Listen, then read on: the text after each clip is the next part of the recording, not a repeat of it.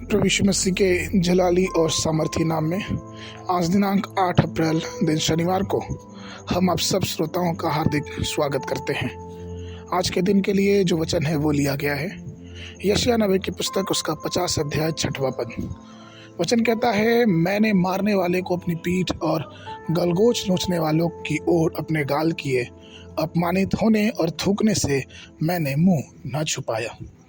प्रियो, प्रभु यीशु के चेहरे को देखें जिन्होंने मानव जाति के पापों की क्षमा के लिए पुकार लगाई। यह शानदार और सुंदर और पूरी तरह से प्यारा था। उन्हें सुंदर और सुर्ख और 10,000 में प्रमुख रूप से वर्णित किया गया है। परंतु जब यीशु ने क्रूस को उठाया, जब उसे क्रूस पे चढ़ाया गया तो उसमें कोई भी सुंदरता नहीं थी। पवित्र शास्त्र कहता है मत्ती उसके 26 के 67 पद में कि तब उन्होंने उसके मुंह पर थूका और उसे घूंसे मारे और उन्हें थप्पड़ मारकर उससे कहा। प्रियो, उन्होंने उसके मुंह पे थूका और उसके सिर पर कांटों का ताज पहना दिया। वचन के ज्ञानवान ये बताते हैं कि लगभग 600 सैनिकों ने खड़े होकर यीशु पर थूका, जो एक मेमने की तरह उनके सामने चुप रहा। फिर उन्होंने उसकी आंखों पे पट्टी बांधी और उसको फिर से थूका और मारा, और यहाँ तक कि उनकी दाढ़ी नोची और उससे पूछा कि भविष्यवाणी कर कि तुझे किसने मारा है। वचन यशायाह नबी की पुस्तक उसके 50 के 6वें पद में कहता है, मैंने मारने वालों को अपनी पीठ और गलगोच नोचने वालों की ओर अपने गाल किए, अपमानित होने और थूकने से मैंने अपना मुंह न छुपाया। शर्म और तिरस्कार के इन सभी कार्यों के बावजूद भी यीशु मसीह उन्हें क्षमा करता है। मुझे घटना याद है कि जब एक बहन ने अपने बारे में बताया कि कैसे उसके और उसके भाई के बीच में झगड़ा हो गया।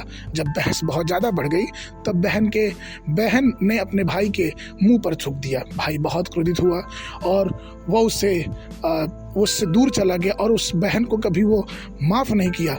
उस बहन को उसने पीटा और इतना मारा कि उसकी बहन वहाँ बेहोश हो गई। भाई को लगा कि मेरी बहन मर गई और वो वहाँ से दूर शहर छोड़ के भाग गया।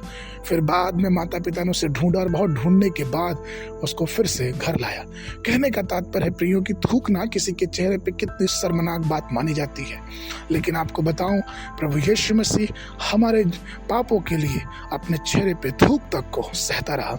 एक बार की घटना है कि मदर टेरेसा ने एक जमींदार के पास गई। उन्होंने अपने हाथ खोले और अपने अनाथ बच्चों के लिए उससे अनाज मांगा। उस जमींदार ने मदर टेरेसा के हाथ पे थूक दिया और कहा कि लो, ये तुम्हारे लिए है।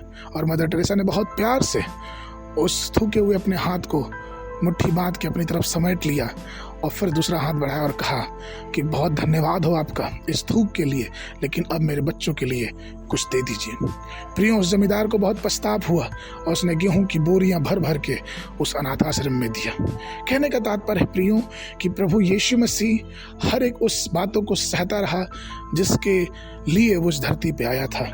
उसके चेहरे पे थूका गया, उसको मारा गया, उसको पीटा गया, फिर भी उसने अपना मुंह न छिपाया। आज हमें भी ऐसा चाहिए कि जब परिवर्तित समय में जब हमारी चीज़ें, हमारे समाज बदल रहा है, चीज़ें बदल रही हैं, हम भी अपने सुसमाचार से अपने मुंह को ना फिराएं, बल्कि सुसमाचार का प्रचार करें। अपने जीवनों से, अपने चाल चलन से उस प्रभु के नाम की स्तुति करें और प्रभु की महिमा में आगे बढ़ते जाएं। आज के मनन के लिए यशायाह नबी की पुस्तक उसका 53 अध्याय 2 पद, क्योंकि वह उसके सामने अंकुर की नाई और ऐसी जड़ के समान उगा जो निर्जन भूमि से फूट निकले। उसकी न तो कुछ सुंदरता थी और जो हम उसको देखते, और न उसका रूप ही ऐसा दिखाई पड़ा कि हम उसको चाहते।